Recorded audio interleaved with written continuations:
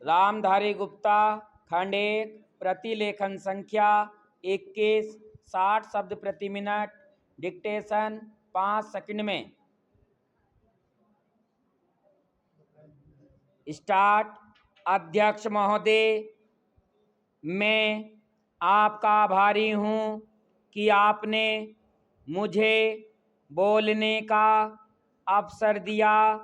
इस देश के वर्तमान भारी संकट के समय में और विशेष रूप से उस समय जबकि हम लड़ाई से अभी निवृत्त हुए हैं और आकाश में लड़ाई के बादल दूसरी तरफ से आने शुरू हुए हैं।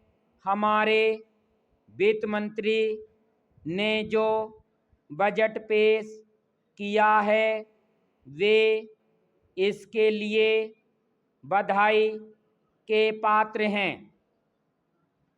यद्यपि भिन्न भिन्न पहलुओं को लेकर आलोचनाएं की गई हैं, लेकिन यदि उनकी कठिनाइयों को भी देखा होता कि राष्ट्र को किन किन संकटों का सामना करना पड़ रहा है, इस बात पर भी अगर मेरे से पहले बोलने वाले वक्ताओं ने विचार किया होता तो मेरा विश्वास है कि उनकी आलोचनाओं का आधार कुछ दूसरा होता।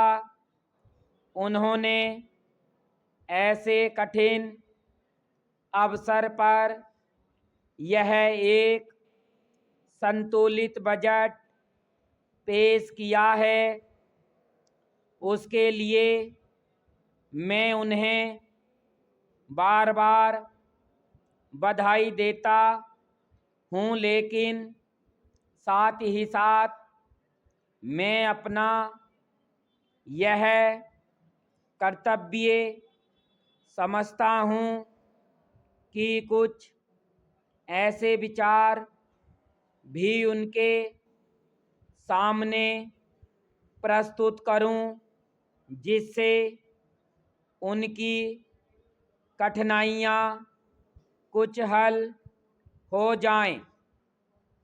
उदाहरण के रूप में विगत 2 वर्षों में लेखा जोखा कमेटी में बैठने के समय मुझे ऐसा अनुभव हुआ है कि इस देश में 2-3 इस प्रकार की त्रुटियां मौजूद हैं जिनको दूर करने के लिए, जिनकी जांच करने के लिए यदि कोई एक कमेटी या आयोग बिठा दिया जाए तो राष्ट्र को, राष्ट्र की सरकार को, राष्ट्र के विकास कार्यों को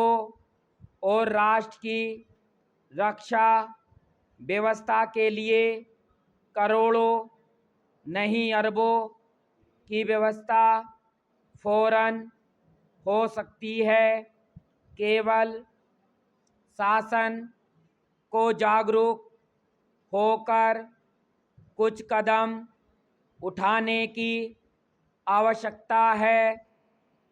अभी कुछ छिपे हुए धन का जिक्र किया गया।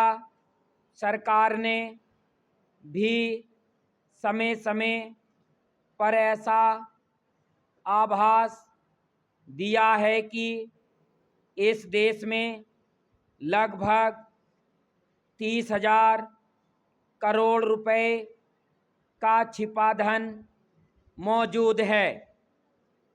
स्टॉप।